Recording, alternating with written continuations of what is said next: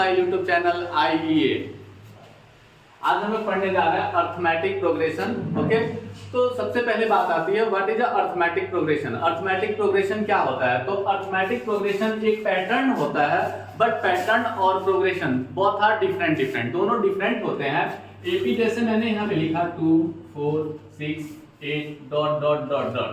यहाँ पे अब हम देखेंगे कॉमन डिफरेंस, इसका कॉमन डिफरेंस निकालेंगे। यहाँ पे 2, यहाँ भी कॉमन डिफरेंस 2, यहाँ भी कॉमन डिफरेंस 2।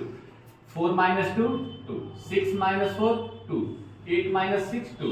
तो कॉमन डिफरेंस आर सेम, तो इसे हम कह सकते हैं इट इज द एपी। इसे हम कह सकते हैं दिस इज एन एपी, ये एपी के फॉर्म में है। बट अगर मैं एक और पैटर्न यहाँ पे लिख दूं 1 4 8 16 डॉट डॉट डॉट, ये भी पैटर्न है बट ये एपी नहीं है। व्हाई?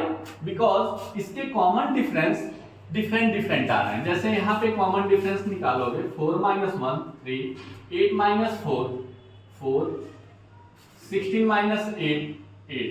तो यहाँ पे common difference, all common difference are different. तो ये एपी नहीं है, बट ये क्या है? एपी के फॉर्म में है। तो पैटर्न अलग हो गया और एपी एक अलग बात होती है। क्लियर? तो अब हम टॉपिक स्टार्ट करते हैं प्रॉपर एपी। आपको समझ में आया एपी क्या होता है? तो अब एपी का स्टार्ट करते हैं। तो एपी में क्या होता है? सबसे पहले general term AP, general term of an AP.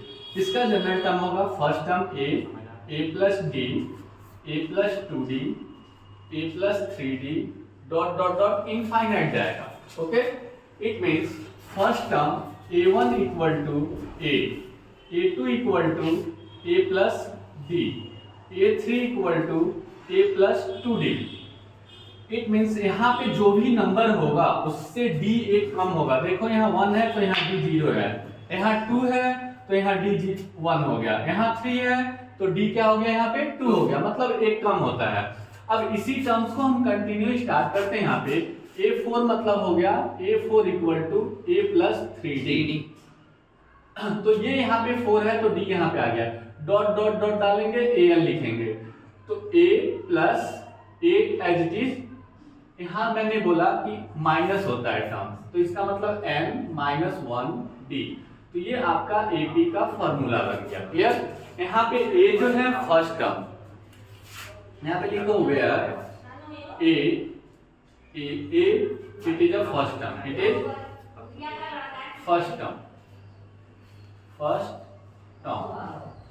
d means common difference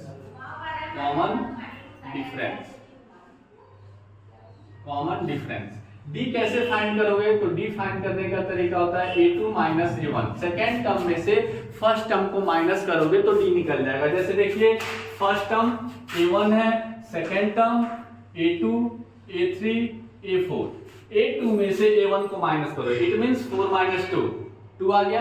तो इस तरह से आप कॉमन डिफरेंस निकाल सकते हो। Common difference d means common difference, n means number of terms, an means total number of terms. तो ये आपका एपी का फॉर्मूला हुआ। सबसे पहले हम फर्स्ट एक्सरसाइज की बात करें 5.1 की। ओके, ये नोट डाउन आप कर सकते हो।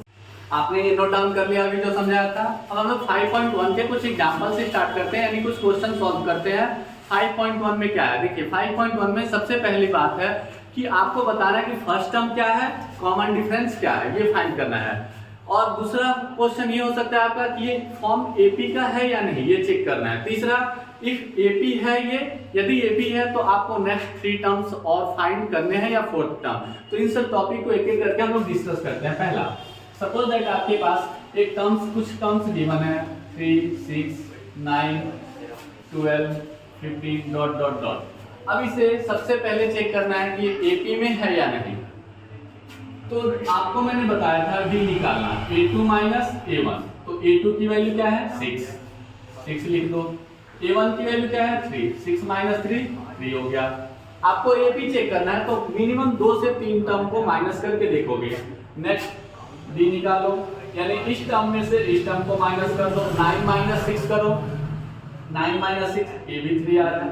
तो देखिए कॉमन डिफरेंस सेम आ रहा है, तो ये एपी कह सकते हैं हम लोग कि इट इज एन एपी, ये एपी में है, this is an AP. Yes, तो ये पहला टॉपिक था। अब दूसरा आपसे पूछा जाएगा कि right the first term and common difference. ये नोट डाउन करो, फिर दूसरा क्वेश्चन आपको बता रहा हूँ दूसरे टॉपिक का। देखो नेक्स्ट क्वेश्चन समझा रहा हूँ, 3/2, 1/2, -1/2, -3/2। इसमें आपको चेक क्या करना है कि first term, common difference and next 3 terms find करना है। यदि ये एपी में है तो आपको नेक्स्ट 3 टर्म फाइंड करना है। तो सबसे पहले फर्स्ट टर्म, पहली वाली वैल्यू होती है 3/2। कॉमन डिफरेंस निकालने के लिए अभी तुरंत हमने डिस्कस किया, second term minus first term, तो 1/2 -3/2।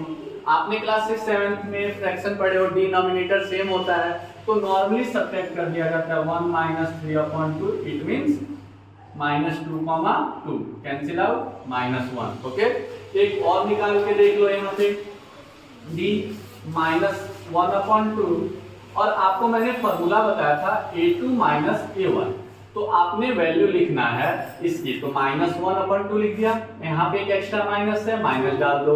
a1 की वैल्यू 1/2, तो 1/2 कर दो। अब इसे सॉल्व कर लो, b = 2, -1 -1, तो -2/2, यहाँ भी -1 आ गया।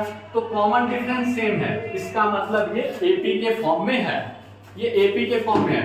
अब जब हमें ये एपी पता चल गया, हमने फर्स्ट टर्म लिख दिया, कॉमन डिफरेंस हमें पता चल गया, तो नेक्स्ट 3 टर्म्स लिखना है, नेक्स्ट 3 टर्म्स। तो आप नेक्स्ट 3 टर्म्स कैसे लिखोगे, तो काउंट करो, a1 a2 a3 a4, मतलब आपको फाइंड करना है a4 के बाद वाले टर्म, यानी a5 क्वेश्चन मार्क दे दो, a5 निकालना है क्वेश्चन मार्क, a6 निकालना है question mark, a7 question mark. ये 3 टर्म्स फाइंड करने हैं। तो जब आपको ये तीनों टर्म्स फाइंड करने हैं, आपने d की वैल्यू निकाल लिया, तो अभी कुछ देर पहले आपको मैंने बताया था कि जो यहाँ पे टर्म्स होता है उससे एक d कम होता है, यानी a5 किसके इक्वल होगा, a + 4d के इक्वल होगा। ओके, a की वैल्यू क्या है आपकी 3/2, तो a की जगह पे आप 3/2 पुट कर दो, +4 as it is. What is the value of d, तो d की वैल्यू -1, तो put the value of d is -1। अब इसे कैलकुलेट कर लो, 3/2 ± -4, यहाँ एलसीएम का सिचुएशन हो गया, एलसीएम ले लो, 2 3 एज इट इज, 4 2 जा 8, आंसर क्या हुआ -5/2। ये टर्म्स निकल गया मेरा a5। ओके, अब हमें निकालना है a6 टर्म्स। a6 किसके इक्वल होता है, a + 5d। a की वैल्यू हमारे पास क्या है 3/2 + 5 एज इट इज लिखोगे, d की वैल्यू -1, 3/2 -5, एलसीएम ले लो, 2 3 एज इट इज, 5 2 जा 10, आंसर क्या हुआ -7/2। क्लियर? तो आप अब a7 फाइंड करके दिखा दो।